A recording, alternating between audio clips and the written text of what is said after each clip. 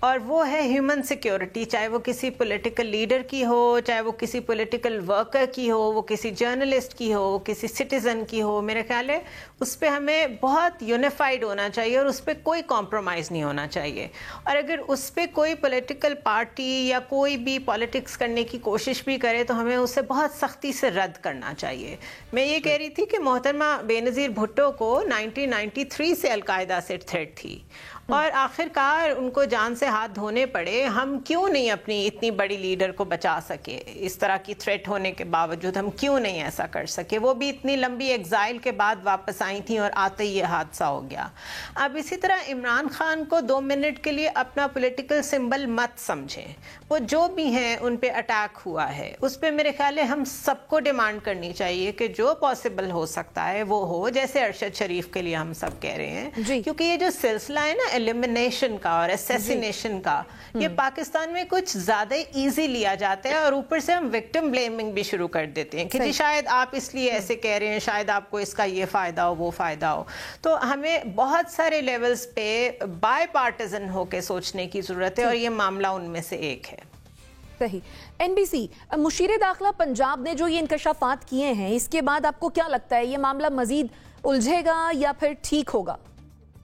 نہیں، زنیرہ نے بالکل صحیح کہا. مجھے وہ وقت یاد آ گیا کہ جب بے نظیر پر کارساز میں اٹیک ہوا تھا اور 250 لوگ شہید ہوئے تھے.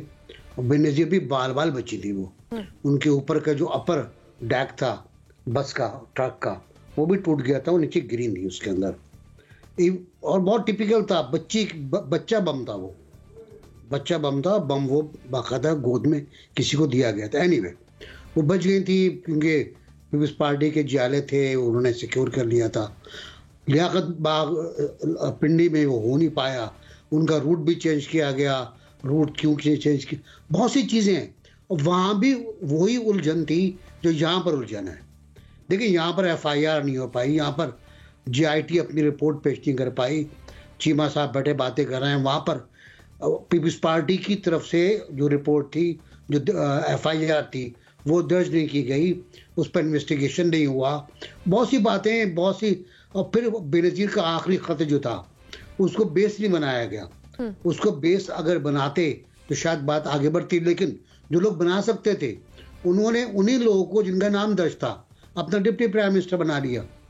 تو وہ بہت سی مسائل ہو جاتے ہیں. یہ ان جھگڑوں میں لیاقت علی خان کا مسئلہ آپ کے سامنے ہے، بہت سے مسائل ہیں. تو مجھے لگتا ہے یہ ایک الجھن کا شکار ہو جائے گا. یہ سلجھے گا نہیں. یہ FIR سے شروع ہوگا اور پھر کلوز ہو جائے گا. صحیح. مبشر بخاری صاحب، عمران خان پر حملے کی تحقیقات کبھی مکمل ہوں گی؟ دیکھیے پوری ہسٹری بیان کر دی زنیرہ نے، NBC نے، مزمل نے بہت ویلڈ پوائنٹ اٹھائے. لیکن جو میں محسوس کر رہا ہوں اور لیاقت علی خان صاحب کی ہسٹری پڑھی، بے نظیر کی شہادت جو ہے وہ آنکھوں کے سامنے دیکھی، اور زنیرہ نے بتایا 93 سے انہیں تھریٹ تھے. میں تھوڑا سا ایڈ کر دوں، 88 والی جو 89 والی نو کانفیڈنس موشن تھی ان کے خلاف، اس کے بارے میں بھی یہ ہے کہ it was funded by Osama bin Laden. بڑا ہیوی چنک دیا، جس کا مطلب ہے کہ مسلسل انہیں تھریٹ تھے اور پھر بھی ہم انہیں پروٹیکٹ نہیں کر پائے. اور اسی طرح بعد میں کئی اور لیڈرز کو دیکھا ہم نے، جیسے بشیر بلور صاحب کا نام آپ لے لیجئے، وہ شہید ہوئے. اور اسی طرح شہیدوں کا ANP کے جی بہت سارے لوگ. پرابلم کیا ہے ہمارے ہاں اس طرح کے کیسز اپنے منطقی انجام تک پہنچتے ہی نہیں. اس کی بنیادی وجہ یہ ہے کہ جب تک ہمارے انویسٹیگیٹرز کنٹرولڈ ہوں گے، ان کو انڈیپینڈنس نہیں ہوگی انویسٹیگیشن میں، اور وہ جب تک ڈکٹیشنز لیتے رہیں گے یہ کرنا ہے یہ نہیں کرنا. مثلا محترمہ بے نظیر کے حوالے سے کس نے دھلوایا، کیوں دھلوایا، اس کی 1000 جسٹیفیکیشن، کرائم سین کو 1000 جسٹیفیکیشن پیش کی جاتی ہیں، لیکن کویسچن تو اپنی جگہ پہ ہے کہ کرائم سین کو پروٹیکٹ کرنا چاہیے. اسی طرح خان صاحب کے معاملے میں بھی آپ دیکھیے کرائم سین پہ ایویڈنس تباہ ہو گئی، اور اس میں بہت بڑا قصور ہمارے میڈیا کا اور پولیس کا ہے کہ انہیں، ہمارے پولیس مین کو بھی یہ مطلب اتنی سینس نہیں تھی کہ کرائم سین ایسے پروٹیکٹ کرنا ہے. میڈیا والے وہاں پہ جا کے وہ بناتے رہے. لیکن ان شارٹ